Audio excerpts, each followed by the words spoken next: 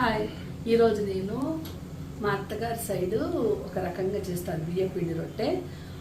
అది కొంచెం కర్ణాటక స్టైల్ అని చెప్పలేము, లేకపోతే ఇట్లా చిత్తూరు జిల్లాలో పలంనేరు మదనపల్లి ఆ సైడ్ చేస్తారు.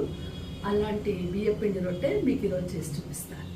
బియ్యం పిండి రొట్టెకు కావాల్సిన పదార్థాలు: బియ్యం పిండి ఒక 2 కప్పులు తీసుకున్నాము, సన్నగా తరిగిన ఉల్లిపాయలు, వేయించిన శనక్కాయ పప్పులు, కొత్తిమీర, కరివేపాకు, సన్నగా తరిగిన పచ్చిమిరపకాయలు, తగినంత ఉప్పు, జీలకర్ర, నూనె, నీళ్ళు. ముందుగా స్టవ్ వెలిగించుకొని 1 స్పూను నూనె వేసుకోవాలి.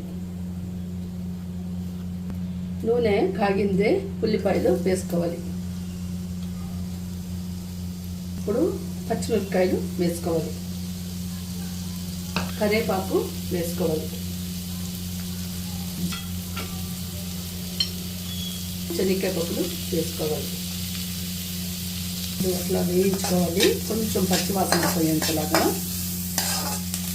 నీళ్లు వేసుకోవాలి.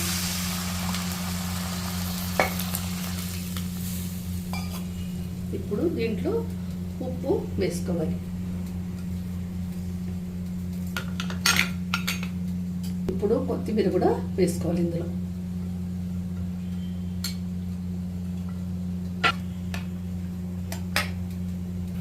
ఇలా నీళ్లు తెరలేటప్పుడు బియ్యం పిండి వేసుకోవాలి. బియ్యం పిండి వేసుకొని ఒక కలిపేసి స్టవ్ ఆఫ్ చేసుకోవాలి.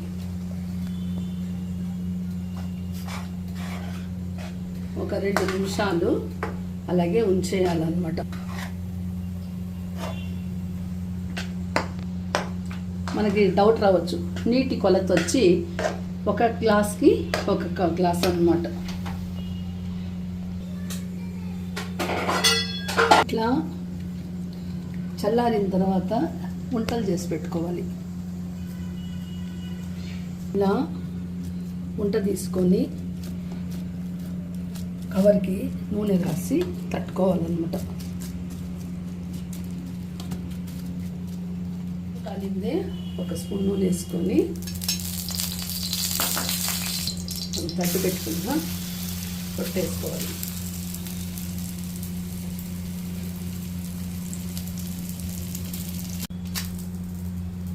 ఇటువైపులా ఎర్రగా కాల్చుకొని తీసి పెట్టుకోవాలి.